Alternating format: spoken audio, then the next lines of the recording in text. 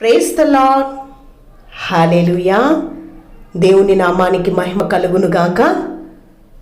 దేవుని చిత్తానుసారంగా దేవుని ప్రేరేపణ బట్టి చదువురాని వారి కొరకు అలాగే అందుల కొరకు బైబిల్ గ్రంథంను చదివి అప్లోడ్ చేయడం జరిగింది.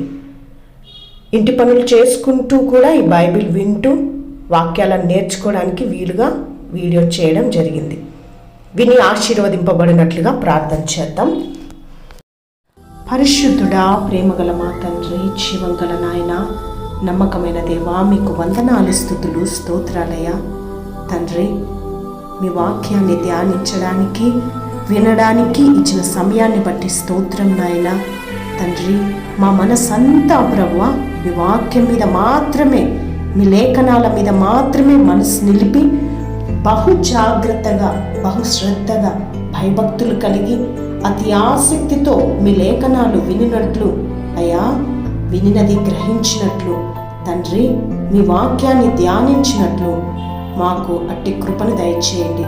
అట్టి మనసును మీరు అనుగ్రహించండి ప్రభువా. ఆత్మచిప్పు సంగతులు వినగల చెవులు, గ్రహించగల మనస్సును అనుగ్రహించండి అయ్యా. స్తోత్రమయ్యా. మీరు ఏదైతే ప్రభువా ఈ వాక్యం ద్వారా మాతో మాట్లాడుతున్నారో ఆ వాక్యానుసారమైనటువంటి అయా జీవితం చేయనట్లు, జీవితాన్ని సరిచేసుకుని ప్రభువా మీ వాక్యానికి లోబడి ప్రభువా విధేయులై జీవించే మనసును మాకు అనుగ్రహించండి అయ్యా. విత్తబడుతున్న ప్రతి మాట కూడా మా హృదయంలో లోతుగా పాతుకుపోయి ప్రభువా నూరంతలుగా అది ఫలించినట్లు మీ వాక్యం మాలో కార్యసిద్ధి కలుగునట్లు కృప చూపండి. చదువుచుండగా మా హృదయంలో మీ వాక్యం మా ప్రాణాత్మ దేహం అంతట్లో ప్రభువా జీర్ణించుకొని పోనట్లు ప్రభువా మరలా ఆ వాక్యాన్ని నెమరు వేసుకొని ఆ వాక్యానుసారంగా ప్రవర్తించినట్లు కృప చూపమని యేసుక్రీస్తు నామంలో అడిగి వేడుకుంటున్నాం తండ్రి, ఆమేన్. ఆదికాండము 6వ అధ్యాయము. నరులు భూమి మీద విస్తరింపనారంభించిన తరువాత కుమార్తెలు వారికి పుట్టినప్పుడు దేవుని కుమారులు నరుల కుమార్తెలు చక్కని వారని చూచి వారందరిలో తమకు మనస్సు వచ్చిన స్త్రీలను వివాహము చేసుకునిది. అప్పుడు యెహోవా, నా ఆత్మ నరులతో ఎల్లప్పుడూ వాదించదు, వారు తమ అక్రమ విషయములో నరమాతృలై ఉన్నారు. అయినను వారి దినములు 127 ఏండ్లగును. ఆ దినములలో నెఫీలులను వారు భూమి మీద నుండిరి, తరువాతను ఉండిరి. దేవుని కుమారులు నరుల కుమార్తెలతో పోయినప్పుడు వారికి పిల్లలను కనిరి. పూర్వకాలమందు పేరు పొందిన శూరులు వీరే. నరుల చెడుతనము భూమి మీద గొప్పదనియు వారి హృదయం యొక్క తలంపులలోని ఊహంతయు ఎల్లప్పుడూ కేవలం చెడ్డదనియు యెహోవా చూచి తాను భూమి మీద నరులను చేసినందుకు యెహోవా సంతాపము నొంది తన హృదయములో నొచ్చుకొనెను. అప్పుడు యెహోవా, నేను సృజించిన నరులతో కూడా జంతువులను, పురుగులను, ఆకాశ పక్ష్యాదులను భూమి మీద నుండకుండా తుడిచివేయుదును. ఏలయనగా నేను వారిని సృష్టించినందుకు సంతాపము నొంది ఉన్నానెను. అయితే నోవాహు యెహోవా దృష్టి యందు కృప పొందిన వాడాయను.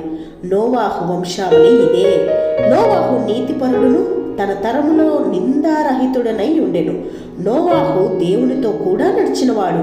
షేము, హాము, యాపేతను 3 కుమారులను నోవాహు కనెను. భూలోకము దేవుని సన్నిధిని చెడిపోయి ఉండెను. భూలోకము బలాత్కారముతో నిండి ఉండెను. దేవుడు భూలోకమును చూచినప్పుడు అది చెడిపోయి ఉండెను. భూమి మీద సమస్త శరీరులు తమ మార్గమును చెరిపివేసుకుని ఉండిరి. దేవుడు నోవాహుతో, సమస్త శరీరుల మూలముగా భూమి బలాత్కారముతో నిండి ఉన్నది గనుక నా సన్నిధిని వారు అంతం వచ్చి ఉన్నది. ఇదిగో వారిని భూమితో కూడా నాశనం చేయుదును. చితిసారకపు మ్రానుతో నీ కొరకు ఓడను చేసుకొనుము.